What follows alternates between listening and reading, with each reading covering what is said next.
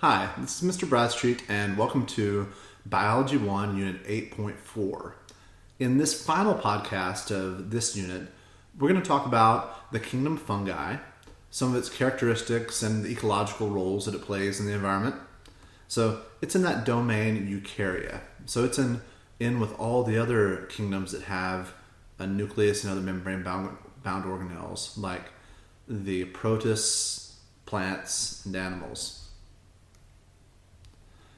It's also a heterotroph, which means it can't make its own food. It has to absorb its nutrients from the environment around it. It doesn't have chloroplasts. Most of them are multicellular, with the exception of yeast. They're unicellular.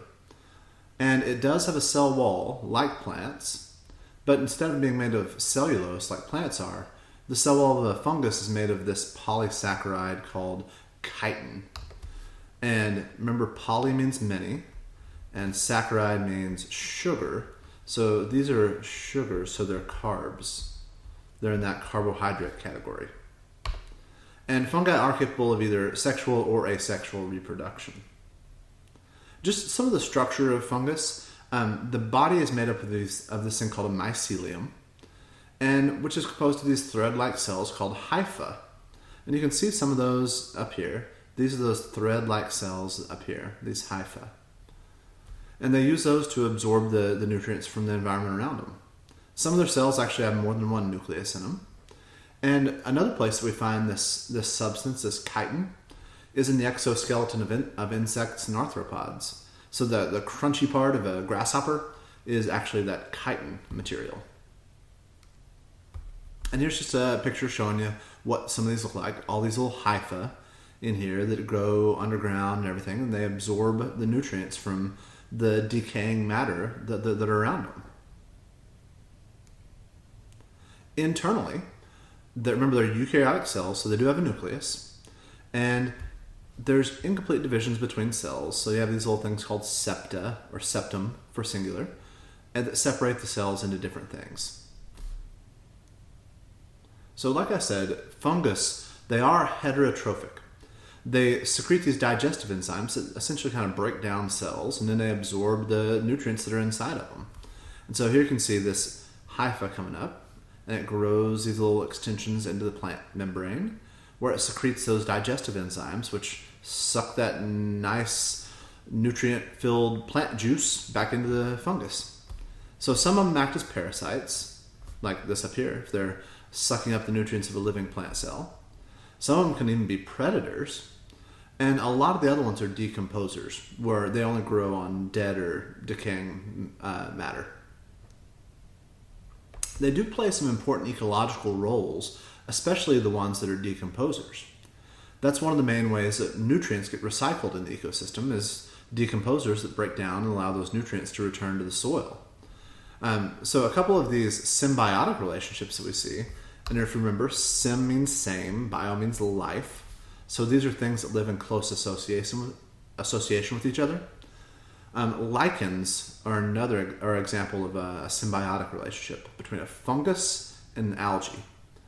And so if you remember, algae can go through photosynthesis. They're in the kingdom Protista, so they have some chloroplasts, but the fungi don't. So these are these little crusty things you see growing on rocks and stuff like that. And it helps break down bare rock to turn it into soil. And so there's a kind of mutualistic relationship where the fungi can get some of those nutrients that the algae have that they get from the sun. There's another symbiotic relationship called mycorrhiza. And this is between fungus and plants. And it actually enables the plants to get more water.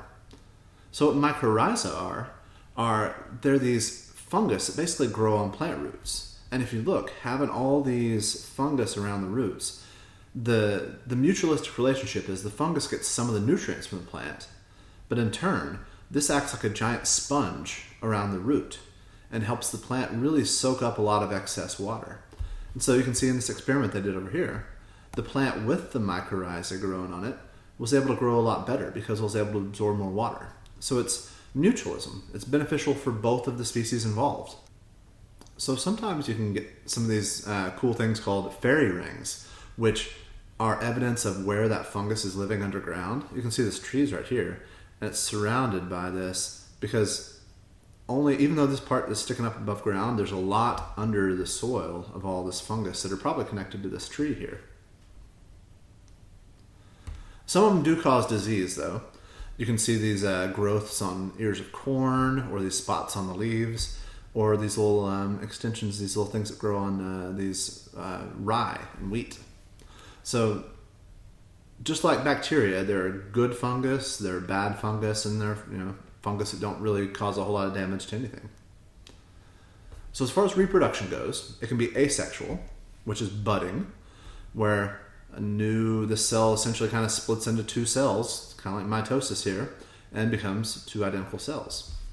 Or a lot of them also have certain spores, like mushrooms and some of these other larger multicellular fungi have spores. Well, they'll release the two haploid ones, sperm and egg cells basically, that'll fertilize. Whether you realize it or not, fungus have actually had a really big impact on our lives. The first antibiotics that were ever developed were fungus. These fungus naturally had the ability to kill bacteria, because even fungus can get infected by bacteria. And so we were able to harness that penicillin fungus and use it for us as well. There's some really cool fungus too. They're leafcutter ants that actually grow and raise fungus as part of their ecology, part of their diet. And finally, I'll show you this video in class. It's truly the stuff of nightmares. They're these fungus that can basically turn ants into zombies. And so we'll be sure and check that short video out in class.